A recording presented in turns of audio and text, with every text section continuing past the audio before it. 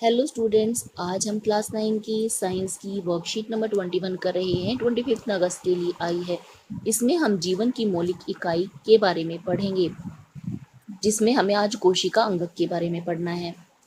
ज्ञान जिज्ञासा से पूछता है, जिज्ञासा दीदी जीव द्रव्य क्या होता है और एक कोशिका सभी जैविक क्रियाएं कैसे कर पाती है। कोशिका के अंदर एक पदार्थ भरा होता है जिसे जीव द्रव्य कहते हैं। और जैसे हम अपनी सभी क्रियाएं करते हैं, जैसे सांस लेना, भोजन का पाचन करना, भोजन से ऊर्जा प्राप्त करना, इसी प्रकार कोशिका भी इसी प्रकार की जैविक क्रियाएं करती है। जिज्ञासा ने ज्ञान को समझाते हुए कहा, ज्ञान, हम जानते हैं कि हर कोशिका के कम से कम 3 गुण अथवा भाग होते हैं, जिसे प्लाज्मा झिल्ली, केंद्रक और कोशिका द्रव्य के नाम से जाना जाता है। कोशिका में प्लाज्मा झिल्ली से घिरे हुए एक एक तरल पदार्थ होता है जिसे कोशिका द्रव्य कहते हैं। कोशिका द्रव्य में केंद्रक के अलावा कई सूक्ष्म संरचनाएं होते हैं जिन्हें कोशिका अंगक कहते हैं। यूकेरियोटिक कोशिका में अंतर्द्रव्य जालिका, गोल्जी उपकरण, लाइसोसोम, प्लास्टेट, रसधानी, माइटोकॉन्ड्रिया मुख्य कोशिका अंगक हैं। प्रत्येक कोशिका अंगक कोशिका में एक विशिष्ट जैविक क्रिया करता है, जैसे ऊर्जा, प्रोटीन, लिपिड का निर्माण, भंडारण, अपशिष्ट निपटान इत्यादि। कोशिका द्रव्य और केंद्रक दोनों को मिलाकर जीव द्रव्य कहते हैं। इन सभी बातों को हम इस चित्र की सहायता से समझेंगे। कोशिका के अंदर 3 मुख्य भाग होते हैं। ये भाग होते हैं इसका झिल्ली, झिल्ली मतलब एक कवरिंग, यानी कि कोशिका एक परत से ढकी हुई होती है, उस परत को हम कोशिका झिल्ली कहते हैं। यहाँ पर इस चित्र में इस परत को यहाँ से हटा के दिखाया गया है, सिर्फ इसकी आउटर बाउंड्री आपको दिखाई दे रही है। इसके अंदर यहाँ पर एक पदार्थ भरा हुआ होता है जिसे हम जीव द्रव्य कहते हैं। जीव द्रव्य के अंदर केंद्रक होता है। ये किसी भी कोशिका के 3 मुख्य भाग होते हैं।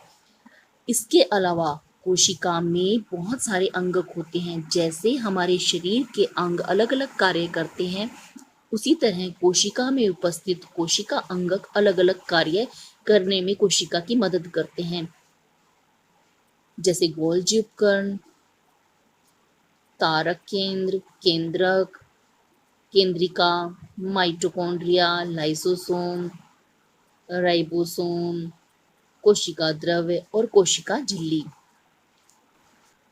ये सभी क्योंकि एक विशिष्ट काम करते हैं, इसीलिए इनका किसी भी यूकेरियोटिक कोशिका में होना अत्यंत ज़रूरी होता है। इनका काम है ऊर्जा बनाना, प्रोटीन और लिपिड को बनाना और इनको स्टोर करना, कोशिका के अपशिष्ट का निपटान करना।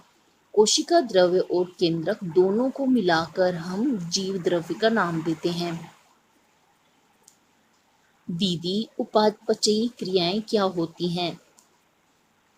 ज्ञान, जीवों में जैविक क्रियाओं को करने के लिए कोशिका में विभिन्न प्रकार की रासायनिक क्रियाएं होती हैं, जिनमें या तो कोई पदार्थ बनता है जैसे प्रोटीन का निर्माण, या विघटित होता है जैसे ग्लूकोज से ऊर्जा का बनना।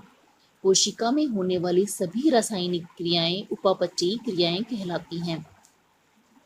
जब कोशिका कोई कार्य करती है तो उसमें या तो छोटे छोटे पदार्थ आपस में जुड़कर एक नया पदार्थ बनाते हैं, या फिर एक बड़ा पदार्थ छोटे छोटे टुकड़ों में टूट जाता है।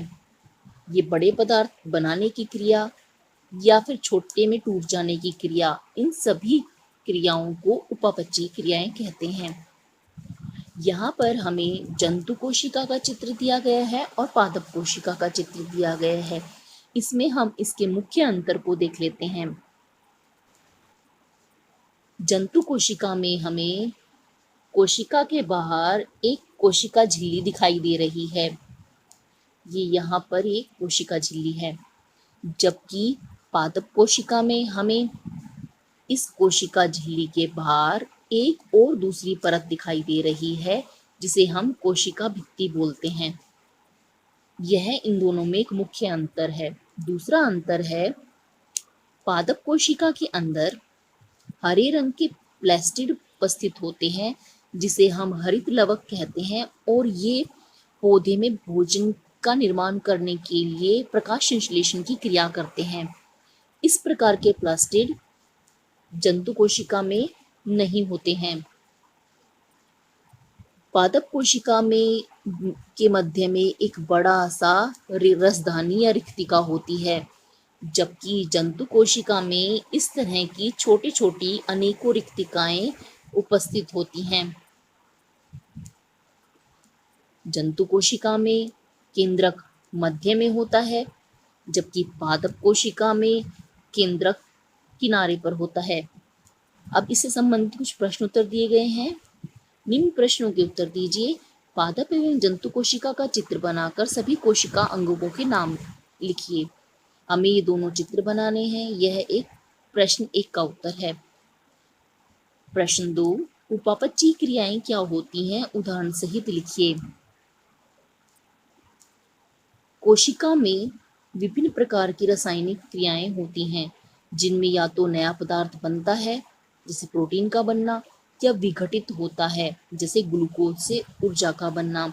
इस प्रकार की सभी रासायनिक अभिक्रियाओं को उपापचयी क्रियाएं कहते हैं। पादप एवं जंतु कोशिका में अंतर स्पष्ट कीजिए। पादप कोशिका में कोशिका भित्ति उपस्थित होती है, जंतु कोशिका में कोशिका भित्ति नहीं होती है।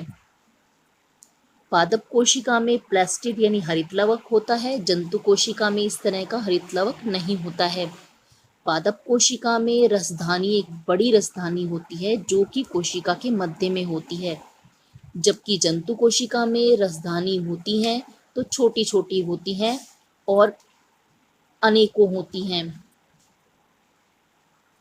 पादप कोशिका में केंद्रक किनारे पर होता है, जंतु कोशिका में केंद्रक मध्य में होता है। प्रश्न 4, कोशिका द्रव्य कहाँ पर स्थित होता है? कोशिका द्रव्य कोशिका के अंदर उपस्थित होता है। यह प्लाज्मा झिल्ली से घिरा हुआ एक तरल पदार्थ होता है। अच्छा बच्चों, आज की वर्कशीट में इतना ही करना है। जल्द ही नेक्स्ट वर्कशीट के सॉल्यूशन के साथ मिलेंगे।